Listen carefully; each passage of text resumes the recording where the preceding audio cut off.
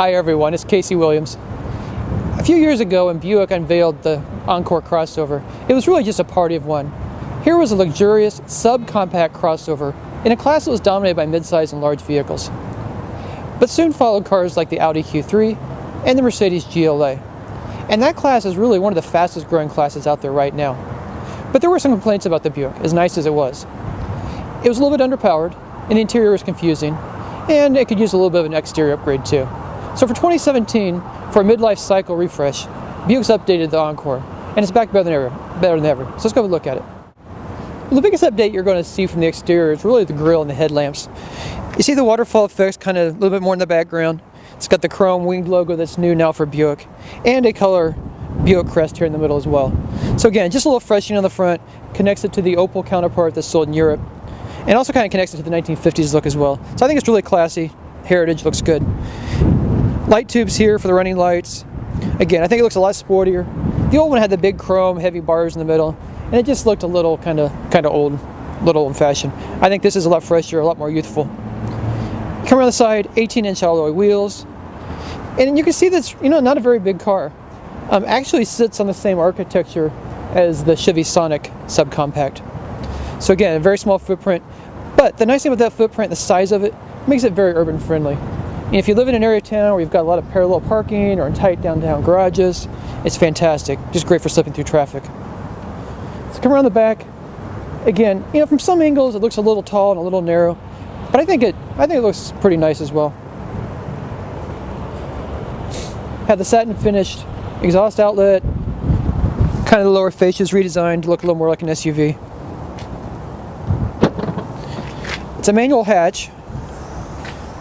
And once you get inside, there's a fair amount of room. Both the back seats fold down.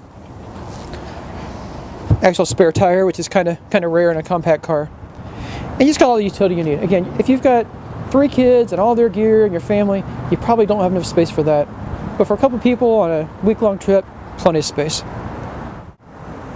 Well, if I had one gripe with the previous iteration of the car, it probably was the powertrain. And it has 6-speed automatic transmission, as does this one. Had a 1.4-liter turbocharged engine, as does this one. But it just felt a little bit underpowered, especially with the all-wheel drive system. So it's kind of a heavier vehicle for a car in this class. Well, they went back and redesigned, added a little more horsepower to the engine, especially in the sport touring model that we have. So you have 153 horsepower and 177 pound-feet of torque. Again, made possible by the turbo on the engine. This is much, much better. A little more power off the line, a little more power when you're going up hills, and it just seems a little more confident out on the open road. Again, this one has a 6-speed automatic transmission, all-wheel drive. So fuel economy. Well, this has auto stop-start, which pauses the engine at a stop. And that does improve fuel economy. So this thing gets 26 miles per gallon in the city, 31 miles per gallon on the highway. But you'll notice some mid-size crossovers that are kind of in that league too, so it's not an outrageous amount of fuel economy. But the thing that really bothers me about auto stop-start is, it stops, the fan slows down, especially in the morning when it's really cold, or in the summer when you want the air conditioner on full blast. And unlike a lot of those systems, you can't defeat this one. So it turns itself off, it turns itself on, and it's as smooth as those systems can be coming on and off. But still, I think it's just a little bit annoying. I think that Buick can work on a better way of handling that. Well, my second kind of gripe about the previous iteration of this was the interior. The interior kind of had this German, it was actually the German design from the Opel products they sell in Europe. The buttons were confusing, there's a whole bunch of buttons. You had a screen coming out of the dash and a little wheel down below, and you had to figure it out. This is much, much nicer. This echoes the new Buick Envision midsize crossover, the new Buick LaCrosse sedan. Kind of has the wing motif here in the middle, looks nice. Nice stitch materials, padded dash. I think it just looks a lot more upscale. The seats in this one, they're actually cloth and vinyl. They're not heated, which I think a car in this class, really in this price point, really should have heated seats.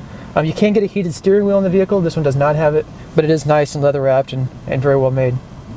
This seat over here is a manual adjusted seat. This one's power on the driver's side. Again, just a little bit of an oversight. Dual zone automatic climate control. I think that is nice.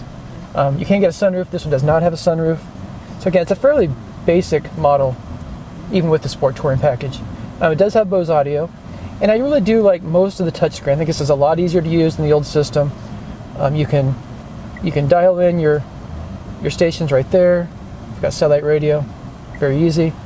Or you can swipe them, iPad style. I think it's also very nice. It's got navigation. Again, so I think that works out well. One little minor thing I think I'd like to have, volume knob and a tuning knob. So to tune, you have to kind of click up here on the dash, and I just think it's kind of annoying. I just wish automakers just put volume and tuning and just be done with it. But I think the car, again, I think the size of it's right. The backseat has enough space to get a couple people, 3 people in a pinch across town. The kid fits back there. If you're going to load 4 people up and head across the country, this might not be your best choice. But this is really a good car for urban driving. It has a blind spot warning system on it. It has the rear cross path detection. Both great systems if you're going to be driving in urban traffic all the time. And it's big enough and competent enough that you can get on the highway and drive it if you want to. So just keep in mind that if you want something bigger, there are other vehicles that, in the GM lineup and even the Buick lineup now, that it might be a little bit better suited for you.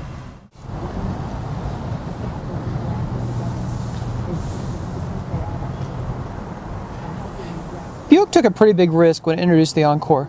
Now here is this American luxury brand introducing an entry-level subcompact car to customers who are used to Buicks being rather large cars. But it took off, becoming one of their very best-selling cars. Not only that, but there are other automakers who have followed them into the market, and it's a market that continues to grow.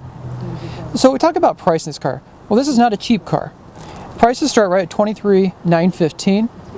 This one, as equipped, $31,220. But with all it has on it, the size of it, and comparing against, cars like I said, the Audi Q3 and the Mercedes GLA and other cars to come, I think they hit a price point that's okay. But you don't buy this car because you want size. You buy this car because you want luxury in a compact package, and you actually covet that compact package for your convenience. So all in, I think a very nice car. And I really think the changes that they made for 2017 with the styling inside and out and the engine upgrades, I think are spot on.